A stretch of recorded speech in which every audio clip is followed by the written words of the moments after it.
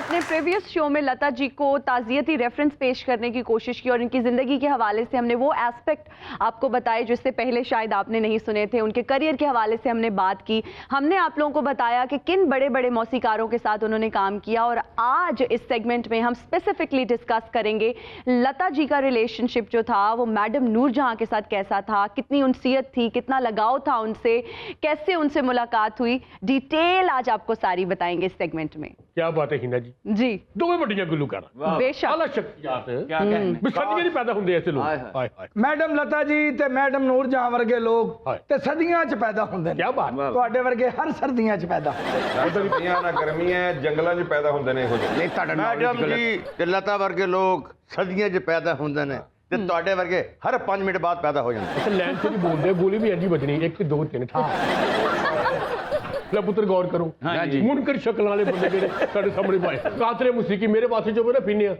मैं तेनु देरे दफा मौसीकी दी देरे दफा ठुमरी दे तहत तेनु सुनाया मो दे दिया मैडम जी ते लता जी वर्गे लोग ते सदियां च पैदा होंदे ने ते तुसी लोग उत्थे पैदा होंदे हो जिथे सवाल ही पैदा नहीं होंदा।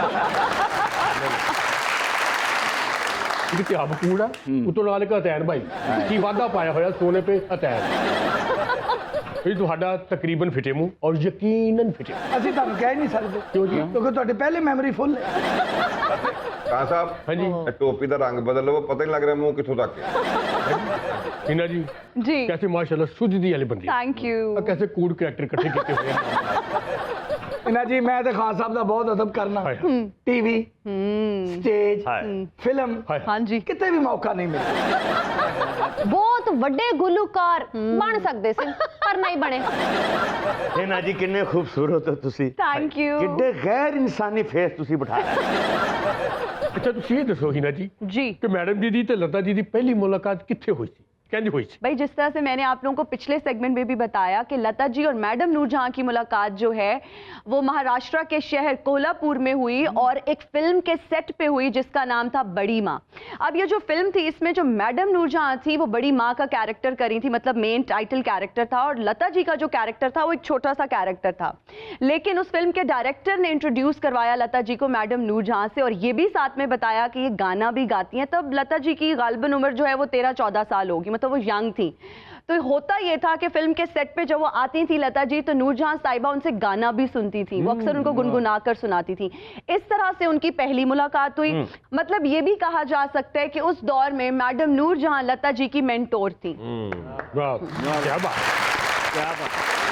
सुभान अल्लाह कल दी बच्ची इन्हू 100 साल पुरानी गल्लां दा तुसीं 100 साल पुराने हो ਤੇ ਤੁਹਾਨੂੰ ਕੱਲ ਦੀ ਗੱਲ ਦਾ ਨਹੀਂ ਪਤਾ ਤੁਹਾਨੂੰ ਕੱਲ ਦੀ ਗੱਲ ਦਾ ਚੂਹਾ ਤੇਰੇ ਹੱਥੀ ਪਿਆ ਸੀ ਮੈਂ ਆ ਵੇਖਿਆ ਉੱਥੇ ਫੀਨਾ ਭਲਾ ਇੰਨੀ ਦੇਰ ਦਾ ਕੀ ਸੋਚ ਰਿਹਾ ਸੀ ਕਿ ਇਲਮੀ ਤੇ ਅਦਬੀ ਗੱਲਾਂ ਬੰਦ ਹੋਣ ਤੇ ਮੈਂ ਕੋਈ ਚਵਲ ਮਾਰ ਜਿਹੜਾ ਨੀਲਾ ਕੋਟ ਪਾ ਕੇ ਘਬਰਾਇਆ ਬੈਠਾ ਚਵਲ ਉਹ ਵੀ ਮਾਰੇਗਾ। ए भला क्यों घबराया? ਕਿਉਂ ਘਬਰਾਇਆ ਜੀ? कि जिदा कोट पा के आया और रस्ते च ना लवा ले। नहीं हिना जी इस गल दी कोई मैं देंगा भी मैंने पता शायद का किसी को मंग के कपड़े नहीं ਆ ਜਿਵੇਂ ਪਿਆ 200 रुपया दे के लांडरी वाले उसको लैके आंदा भी 2 3 देनी है 2 दिन मैंने भी पा ਇਹ ਗੱਲ ਤੂੰ ਸਹੀ ਕੀਤੀ ਹੈ ਵੀ ਮੰਗ ਕੇ ਕੱਪੜੇ ਨਹੀਂ ਪਾਉਂਦਾ। ना ना ਕੋਈ ਆਪਣੇ ਮਰੇ ਪਿਓ ਦੇ ਕੱਪੜੇ ਦੇ ਦੇਵੇ ਉਹ ਪਾ ਲੈਂਦਾ। इन्हें छोड़ें आप हिना जी। आप मुझे ये बताएं कि जब इंडिया और पाकिस्तान बन गया था तो मैडम और लता जी का ताल्लुक कैसा रहा? निर्मल ये भी एक बहुत हार्ट टचिंग स्टोरी है। लता जी हमेशा से मैडम नूरजहां के साथ गाना चाहती थी लेकिन चूंकि मैडम जो है वो पाकिस्तान वापस आ गई और लता जी का ये ख्वाब उस तरह से पूरा ना हो सका, लेकिन उनकी कम्युनिकेशन गैप जो था वो ख़त्म हो गया इस तरह से कि उनकी तकरीबन कुछ अरसा रेगुलरली कॉल पे बात होती थी। और गुलाम हैदर साहब हैं जो मैडम नूरजहां के भी और लता जी के भी उस्ताद थे। एक दफ़ा ये हुआ कि लता जी जो है वो अमृतसर आई और उनको किसी ने बताया कि अमृतसर जो है वो लाहौर से अगर उसका डिस्टेंस मेजर किया जाए तो वो सिर्फ 2 घंटे का फासला है। तब जो है लता जी ने डिसाइड किया कि वो मैडम से मिलने जाएंगी, मैडम नूरजहां से, और उन्होंने ये प्लान किया प्रॉपर। वो अपनी दोनों बहनों के साथ मीना और ओशा जी के साथ वो वहां पे पहुंची वाघा बॉर्डर। जब वाघा बॉर्डर पहुंची तो वहां पे आर्मी का जो एरिया होता है बॉर्डर जहां पे आप क्रॉस नहीं कर सकते, मिल नहीं सकते, जिसको नो मैन लैंड भी कहा जाता है, आर्मी की एक टर्म है, वहां पे उन दोनों की मुलाकात हुई। और जो मैडम नूरजहां है जब वो यहाँ से गई तो लता जी के लिए वो मिठाई और बिरयानी लेकर गई। और जब ये दोनों लेजेंडरी सिंगर्स एक दूसरे को मिली, मतलब उस वक्त कोई जेलसी, कुछ ऐसे कॉन्सेप्ट्स थे ही नहीं। जो वो एक दूसरे को गले मिली तो दोनों आपदीदा हो गई और वो इतनी रोई, ऐसे लग रहा था कि दो जो बहनें हैं वो बिछनी है और बहुत अरसे बाद मिली हैं।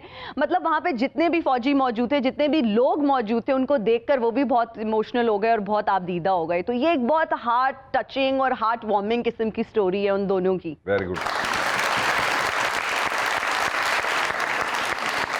आप लोग भी पता नहीं कैसा गाते हैं, इतना फ्लैट गाते हैं। थोड़ा सा मैडम नूरजहां को सुने, लता जी को सुने, ताकि आपकी भी गायकी जो है वो इम्प्रूव हो। क्योंकि लता जी का ये कहना था कि अपने अल्फाज में, अपनी गायकी में जो एक्सप्रेशन डालना है ना, वो उन्होंने मैडम नूरजहां से सीखना है। आप लोग हैं पता नहीं कौन सा फ्लैट किस्म का गाते हैं। यार लता जी को सुने, मैडम जी को सुने, वो अपने घरदियां दी नहीं सुनते, लता जी मैडम जी दी कितने। आप कह ले मैं की किया मैनू कह रहे कि तबले बाजे बजाने नहीं तो अद्धी कीमत च मैनू बेच दो। वाह साडी खैर होवे कमेंटेटर साहब। आप कह ले, तुम ही आप कह ले। मैं बदतमीज वेख के पता की कहंदी क्या? कहंदी जिन्हें गिटार नहीं फड़ी ते एडा बदकिस्मत इनू इस तार चों भी करंट पै गया। तुम ही आप कह ले, आप कह ले की कहंदा कोट वाले दा मुंह वेख जो नच के तनख्वाह लई हुंदी। हिना जी आप ये बताएं 52 के बाद इनकी मुलाकात हुई थी और इन्होंने एक साथ गाना गाया था। निर्मल, इन्होंने गाना तो एक साथ नहीं गाया, लेकिन इनका कांस्टेंट कांटेक्ट था और एक दूसरे के साथ राब्ते में थी। और लता जी की शदीद ख्वाहिश थी कि वो मैडम नूरजहां के साथ कोई गाना गाएं, लेकिन अनफॉर्चुनेटली उनकी ये ख्वाहिश पूरी नहीं हो सकी। हिना जी, हमने तो ये भी सुना है कि मौसीकार आज़म निशात साहब, बड़ी दुनिया, बड़े लोग, एक गाने के दौरान है उन्होंने लता जी को ये भी कहा था कि अपनी सहेली को ज़हन में रख के गाएं। हाँ जी बिल्कुल, आप सही फरमा रहे हैं। जब फिल्म अंदाज में गाना जो था तोड़ दिया दिल मेरा की प्रेपरेशन चल रही थी, तो तब नौशाद साहब ने लता जी को बोला कि आप ये गाना गाते हुए मैडम को अपने जहन में रखें, क्योंकि जो मैडम जब गाती थी उनका एक्सप्रेशन इतना पक्का था, अल्फाज में जैसा कि वो जान डाल देती थी और वो मैडम से बहुत ज़्यादा इम्प्रेस थी। तो वो भी चाहती थी कि वो मैडम की तरह गाएं, इसीलिए नौशाद साहब ने उनको यह हिदायत की कि जब आप ये गाना गाएं तो आप अपने जहन में मैडम नूरजहां को लाएं। नवी तर्ज बनाई हिना जी। तरह से बढ़ाई जा रहे हैं कि गाएं मरेगा भी, इजाजत भी मिल गई है तो गांदा क्यों नहीं। ओनू आवे तो कुछ गावे। हिना जी जी या तो बेइज्जती करा लो साडी या नवीं तर्जा बना लो, एक ही काम होना जी। मैं कहना हिना जी तरजा रहन दो, इन्हां दी सिर्फ बेइज्जती करा लो। मैं समझिया सी बाबा कोई इन्ना तो सियाणी गल करेगा, ये तो इन्ना तो भी माठा निकले। ਓਏ ਬਾਬਾ ਸੀਨੀਅਰ ਕੂੜੀ।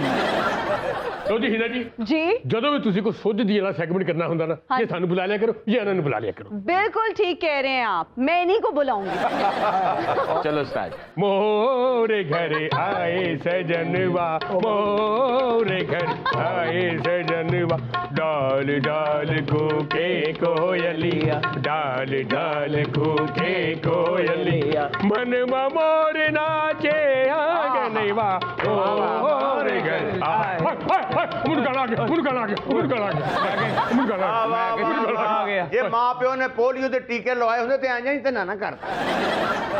हाँ जी हिना जी, जी दावर जी, मैं तो कहना जी सानू दे क्या? ਅਸੀਂ ਇਹਨੂੰ ਆਲਾ ਪਾਏ ਜੀ ਗੁਲੂਕਾਰਾ ਬਣਾਏਗੇ। ਆਹਾ ਸੁਰ ਸੰਗੀਤ ਦਾ ਇਹਨਾਂ ਨੂੰ ਪਤਾ ਲੱਗੇ, ਐਵੇਂ ਕੂੜ ਪੁਣੇ ਚ ਪੈ ਕੇ ਮਾਡਲਿੰਗ ਕਰੀ ਜਾ ਰਹੀ ਹੈ। ਕੌਣ ਬੰਦਾ ਇਸ ਦੌਰ ਚ ਇਹਨਾਂ ਦੀ ਤੁਸੀਂ? आप मुझे एक बात बताएं, आप बख्तावर को क्यों मशवरा दे रहे हैं कि मॉडलिंग छोड़ दें? ਅੱਛਾ ਸਾਡੀ ਜ਼ਿੰਦਗੀ ਚ ਕੋਈ ਕਦਰ ਨਹੀਂ ਹੋਣਾ ਚਾਹੀਦਾ। कि अज की गलती की माफी ਹਾਂਜੀ ते हुण चले जाओ। ਅੱਛਾ ਜਾਓ ਹੁਣ ਖਾਨ ਸਾਹਿਬ ਜਾਓ ਤੇ ਰਸਤੇ 'ਚ ਥੋੜਾ ਜਿਹਾ ਡਿੱਗ ਜਾਣਾ, ਏਡੀ ਚਿੱਟੀ ਸ਼ਲਵਾਰ ਚੰਗੀ ਨਹੀਂ ਲੱਗ ਰਹੀ ਤੁਹਾਨੂੰ। यहाँ वक्त तो एक छोटी सी ब्रेक का, कहीं मत जाइएगा। हम हाजिर होंगे ब्रेक के बाद। देखते रहिए तारों से करें बातें।